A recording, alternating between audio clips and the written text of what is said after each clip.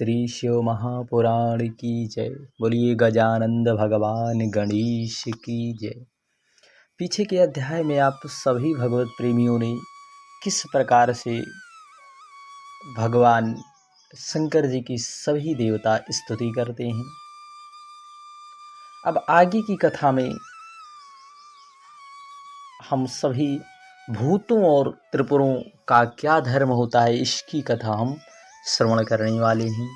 शिव जी बोले, हे देवताओं, मैं तुम्हारी कष्टों को जान रहा हूँ, परंतु क्या करूँ।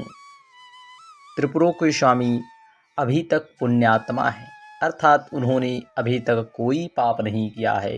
पुण्यात्मा को किस कारण से मारा जाए, कोई उसमें दोष दिखे या फिर कारण, वरना धर्मात्मा पुण्यात्मा को मारना पाप होता है। अभी दैत्य देवताओं से प्रबल हैं, तुम उन्हें जीत नहीं सकते। यह जानकर भी द्रोह कैसे किया जाए। यदि शत्रु प्रबल है तब उससे द्रोह करने के लिए पहले युक्ति नीति बनानी चाहिए, क्योंकि यदि शत्रु प्रबल है तब उसके लिए हमें बहुत प्रकार से सोचना समझना पड़ता है। और दूसरा, पुण्य भी प्रबल है, फिर उसे कैसे मारा जाए।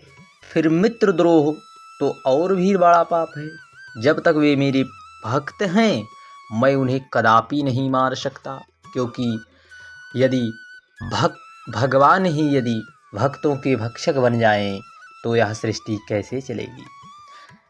अर्थात देवताओं, तुम सब धर्मज्ञ हो, तुम सभी धर्मवान हो, धर्म से विचार करो। मेरी सम्मति है कि इसके लिए तुम लोग भगवान विष्णु के पास जाओ और वे जैसा कहें तुम सभी लोग वैसा ही करो। तब यह वचन सुनकर इंद्रादि के देवता पहले ब्रह्मा जी से कहा, ब्रह्मा जी को अग्रणीम बनाकर उन्हें विष्णु जी के पास ले गए। तब विष्णु जी के पास पहुंचकर देवताओं को बड़ी प्रसन्नता हुई। उन्होंने अपने दुख का समस्त कारण शीघ्र अतिशीघ्र भगवान श्री हरि नारायण विष्णु से निवेदन किया। उसके पश्चात विष्णु जी ने सब बातें सुनकर कहा, यह सत्य है, जहाँ पर सनातन धर्म हो वहाँ दुख नहीं होना चाहिए। सूर्य के दिखने पर यह अंधकार नहीं रहता। देवताओं ने कहा, अब हम क्या करें स्वामी, हमारा दुख कैसे दूर हो, हमारी किस प्रकार स्थिति होगी और हम कैसे सुखी रहेंगे। त्रिपुरों के रहते तो धर्म नहीं रह सकता। जैसे भी हो शीघ्र अतिशीघ्र इनके वध के लिए कोई उपाय कीजिए प्रभु। सब देवता भगवान से ही प्रार्थना कर रहे थे। तब देवताओं की इस प्रार्थना को सुनकर नारायण भगवान ने अपने मन में यह विचार किया कि मैं देवताओं का कार्य कैसे करूं, क्योंकि तारक के पुत्र तो भगवान शिव जी के परम भक्त हैं और भगवान शिव के परम भक्त समर्थ विष्णु जी ने यज्ञों का स्मरण किया। उनके स्मरण करते ही यज्ञगण वहां तत्क्षण आ उपस्थित हो गए। उन्होंने उन पुराण पुरुषोत्तम यज्ञपति विष्णु को नमस्कार कर प्रसन्नता प्राप्त की। तब उन्हें दिखाकर विष्णु ने इंद्रादिक देवताओं से कहा, तीनों जगत की विभूतियों के लिए यज्ञ करो, यज्ञों से ही त्रिपुरों का विनाश होगा। सनत कुमार जी कहते हैं कि हे अच्युत, भगवान के यह वचन सुनकर उन्हें प्रेम से प्रणाम करके देवतागण उन यज्ञेश का स्तवन करने लगे। विधि प्रकार से चयन विधान किया। फिर तो उस यज्ञ कुंड से एक महान शरीर वाला शूल शक्तिधारी हजारों भूतों का समुदाय उसमें से निकल पड़ा। तब उनके अनेक प्रकारों से युक्त विभिन्न प्रकार के वेशधारी, नाना वेशधारी, कालाग्नि रुद्र के समान तथा काल सूर्य के समान प्रकट हुए। उन भूतों से विष्णु जी ने कहा, हे भूतगण, देव कार्य के लिए तुम लोग मेरी आज्ञा से शीघ्र अतिशीघ्र त्रिपुर नगर को जाकर उसे नष्ट करके आओ, इसी में तुम्हारी ख्याति है। विष्णु जी के इस वाक्य को सुनकर सभी भूतगण दैत्य ने त्रिपुर नगर को गए, परंतु जे हुई उनके पुर में प्रविष्ट हुए ते हुई त्रिपुरों के तेज से वे भस्म हो गए। जो बचे थे भगवान विष्णु के पास भाग आए और उनका संहार सुन श्री हरि विष्णु जी चिंतित हो गए। उन्होंने देखा कि इंद्रादिक देवता सभी संतप्त हैं, दैत्यों के पुत्र की जीत की चिंता से व्याप्त हो। उन्होंने कहा, कुछ भी हो, धर्मात्माओं का नाश नहीं हो सकता। अभी त्रिपुर धर्मात्मा है, उन्हें कौन मार सकता है। भगवान शिव का पूजक तो कैसा भी पापी हो पापों से मुक्त हो जाए। अतएव जब तक रुद्र की पूजा ना होगी तब तक कामनाओं की पूर्ति कदापि नहीं हो सकती। लिंग पूजा से तो मोक्ष भी प्राप्त हो जाता है।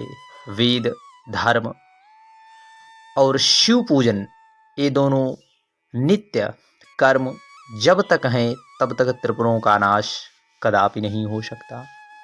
यह विचार कर विष्णु जी ने उन तीनों असुरों से वेद, धर्म और शिवार्चन का विनाश करना ही उचित समझा।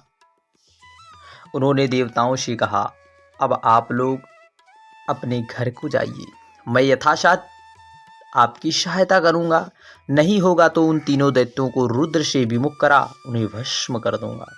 तब सनत कुमार जी कहते हैं, उनकी आज्ञा मानकर देवता अपने अपने परम धाम को चले गए। विष्णु जी उनके हित का विधान करने के लिए उसी सर्प पापनाशक वृतांत को मैं तुम्हें सुनाता हूँ, सुनो। सनत कुमार जी ने कहा, अब अच्युत भगवान ने अपनी आत्मा से बड़े भारी तेज वाले मायामय मनुष्य को प्रकट किया। उसका सिर, मुख मुर और मुड़ा हुआ था, जो मलिन वस्त्र धारण कर एक हाथ में काठ का पात्र और दूसरे हाथ में झाड़ू लिए उसे चला रहा था। वह अपने एक हाथ में खुला वस्त्र लिए, मुख में वस्त्र लपेटे, व्याकुल वाणी में धर्म ऐसा कहता हुए मुनि रूप धारण किए विष्णु जी के आगे खड़ा हो गया। फिर बोला, हे हरि, मेरे लिए क्या आज्ञा है? वह आज्ञा मुझे शीघ्र, अतिशीघ्र दीजिए। मेरे क्या क्या नाम होंगे और स्थान क्या होंगे? तब उनके ऐसे वचन सुनकर भगवान श्री हरि विष्णु प्रसन्न हो उठे और उन्होंने उनसे कहा, मुझे तुम्हारी आवश्यकता है। तुम मेरे अंग से उत्पन्न मेरे ही स्वरूप के हो। तुम मेरे कार्य करने योग्य हो, इससे तुम्हारी पूजा होगी। तुम्हारा मुख नाम अहिरन होगा, अहिरन होगा। इसके पीछे तुम्हारा एक और भी सुंदर नाम होगा जिसे मैं फिर कहूँगा। अभी तुम्हारे समक्ष जो कार्य है उसे करो।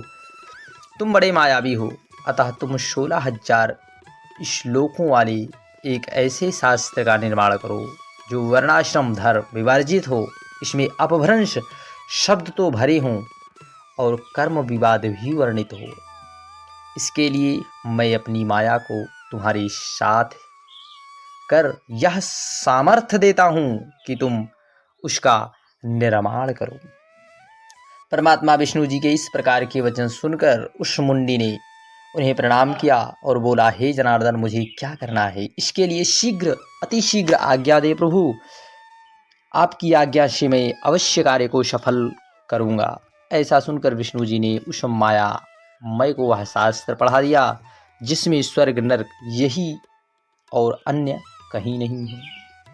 फिर शिव जी के चरण कमलों का ध्यान कर विष्णु जी ने कहा, बस इसी विधान से तुम दैत्यों का सम्मोहन कर लो।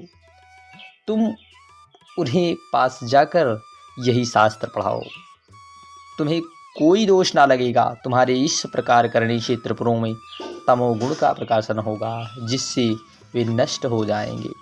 मेरी आज्ञा से तुम्हारे इस धर्म का विचार होगा, विस्तार होगा और तुम्हें मेरी गति प्राप्त होगी। वहाँ से फिर मरुस्थल में जाकर तुम कलयुग के आने तक अपने नित्य धर्म नियत स्थान पर निवास करो और जब कलयुग आ जाएगा तब अपने धर्म का प्रकाश कर अनेक प्रशिष्यों के साथ अपने धर्म का प्रचार करना। ऐसा कहकर विष्णु जी अंतर ध्यान हो गए। तत्पश्चात मुंडी ने भगवान की आज्ञा से अपने बहुत से शिष्य बनाए और उनको वही माया में अपना शास्त्र पढ़ाया। अब उनके 4 शिष्य हो गए। भगवान ने उनसे भी वह कहा जो पहले वालों से कहा था।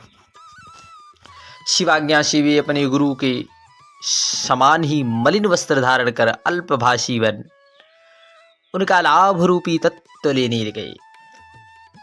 उन चारों ने पाखंड धर्म अपनाया, हाथ में पात्र ले नाक पर कपड़ा लपेटे इधर उधर विचरने लगे। उन्होंने अपने हाथ में छोटे वस्त्रों से बनी हुई बुहारी ले और जीव हिंसा के लिए भय से धीरे धीरे पैर रखकर चलना प्रारंभ कर दिया।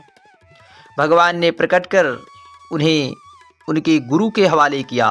फिर पहले वाले का आदि रूप नाम हुआ तथा उन चारों का कृषिपति कार्य और उपाध्याय नामकरण किया।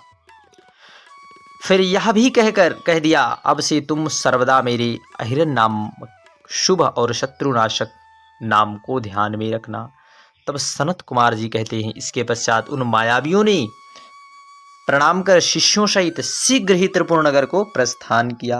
वहां जाकर उसने शीघ्र ही अपनी कृषि माया फैला दी और बालकों को मोहित कर लिया। परंतु शिव जी के प्रभाव से त्रिपुर में उसकी माया सहज ना फैल सकी। इससे वे अति व्याकुल हो उन्होंने विष्णु जी का स्मरण किया। विष्णु जी ने शिव जी का स्मरण किया। फिर उनकी आज्ञा उन्होंने नारद जी को स्मरण कराई। फिर वहां पर शीघ्र अति शीघ्र देवर्षि नारद भी उपस्थित हो गए और उन्होंने देवर्षि जी को स्मरण किया। उपस्थित हो नारद जी, उसने भगवान विष्णु जी ने त्रिपुर के नगर में जाने का आदेश दिया।